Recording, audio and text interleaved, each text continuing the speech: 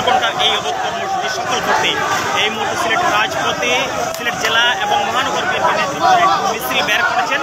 মিছিল এই মুহূর্তে বের হচ্ছে নগরীর বন্দরবাজার পয়েন্ট থেকে। আমরা এই মিছিলটি লক্ষ্য করছি। এই মিছিলের অগ্রভাগে সিলেট জেলা ও মহানগর বিএনপির শীর্ষ নেতৃবৃন্দদেরকে আমরা লক্ষ্য করছি। এই মিছিলের সামনে সারিতে আছেন।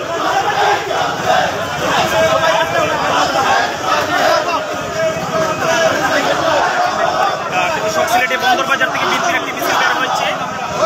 বিএনপির যে অবরোধ কর্মসূচি এই অবরোধ কর্মসূচি সফল করতে সিলেটের রাজপথে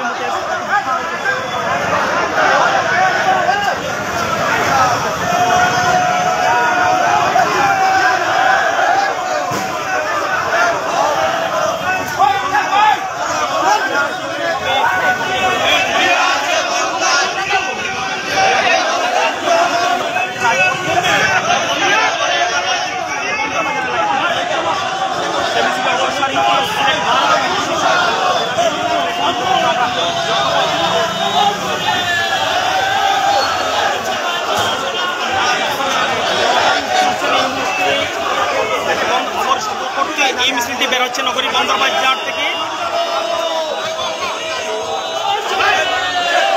সেই মিছিলের অংশীদারি নাসিম হোসেন, মহানগর সাবেক যুগ্ম আহ্বায়ক সৈয়দ মহিউদ্দিন,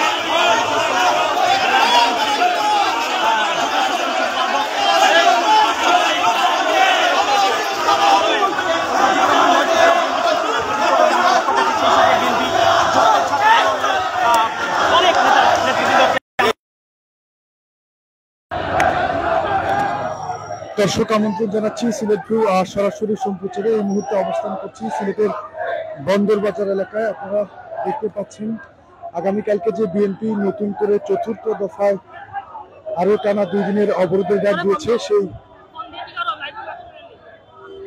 অবরোধের সমর্থনে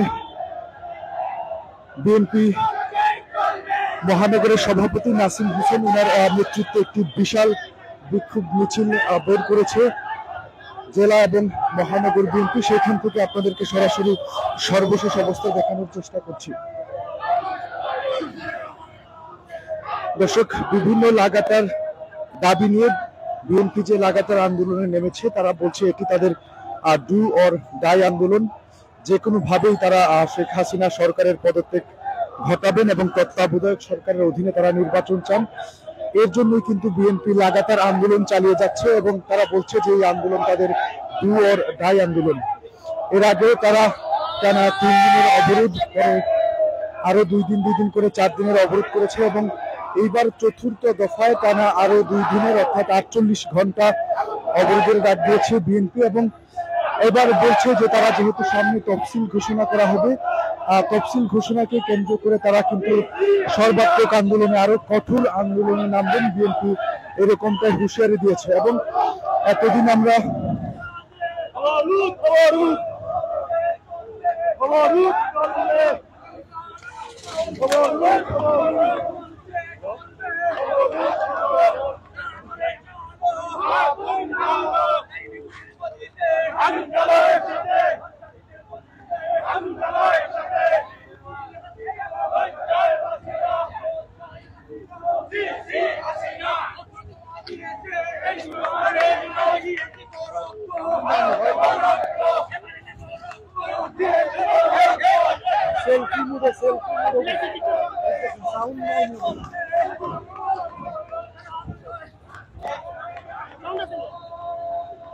দর্শক, মহানগর বিএনপির সভাপতি নাসিম হোসেনের নেতৃত্বে একটি বিশাল বিক্ষোভ মিছিল বন্দরবাজার লালবাজারের সামনে থেকে শুরু হয়েছে এবং আগামীকালকে যে তাদের টানা আরো 2 দিনের অবরোধ, সেই অবরোধকে সমর্থন জানাতেই তারা এই মুহূর্তে মাঠে নেমেছেন এবং সরকার বিরোধী বিভিন্ন স্লোগান দিচ্ছেন এবং তাদের যে ডু অর ডাই আন্দোলন, সেই আন্দোলনকে সফল করতে বিএনপি আরো কঠোর কর্মসূচি দিতে যাচ্ছে।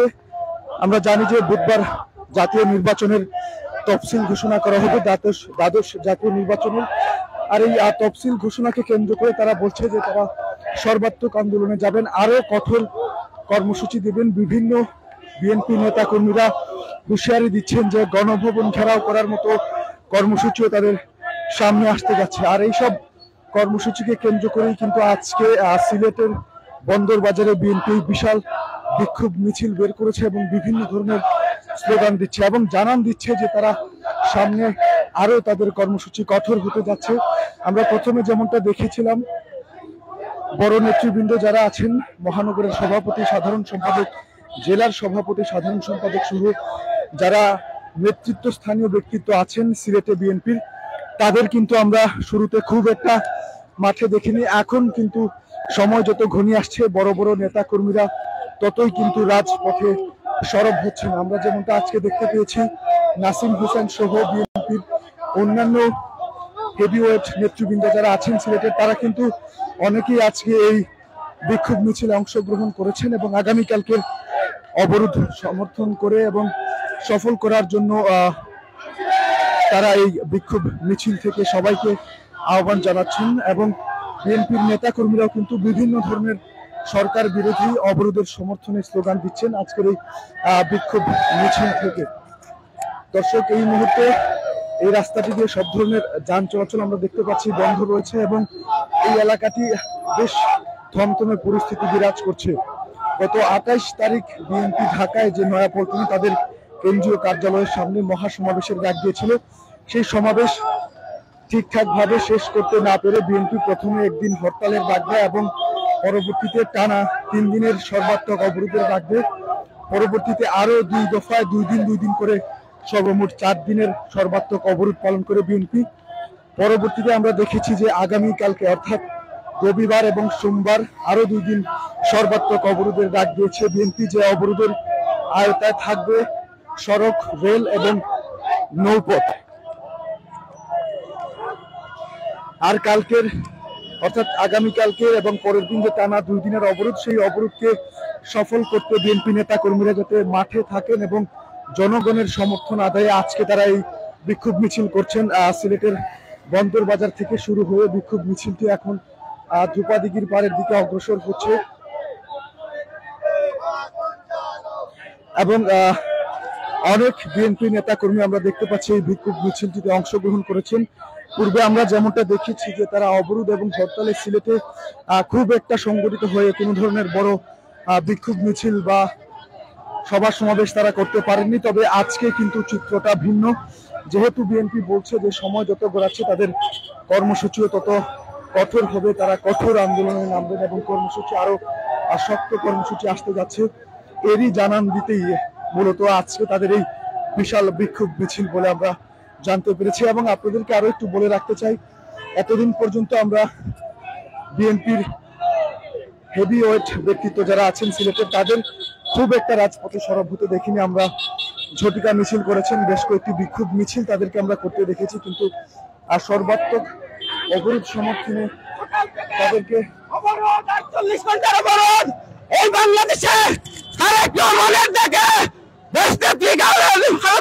মুক্তির দাবিতে, এই দেশে সুষ্ঠু নিরাপত্তা নির্বাচনের দাবিতে আগামীকাল সকাল 6টা থেকে 48 ঘন্টার অবরোধ চলছে, চলবে, চলছে, চলবে।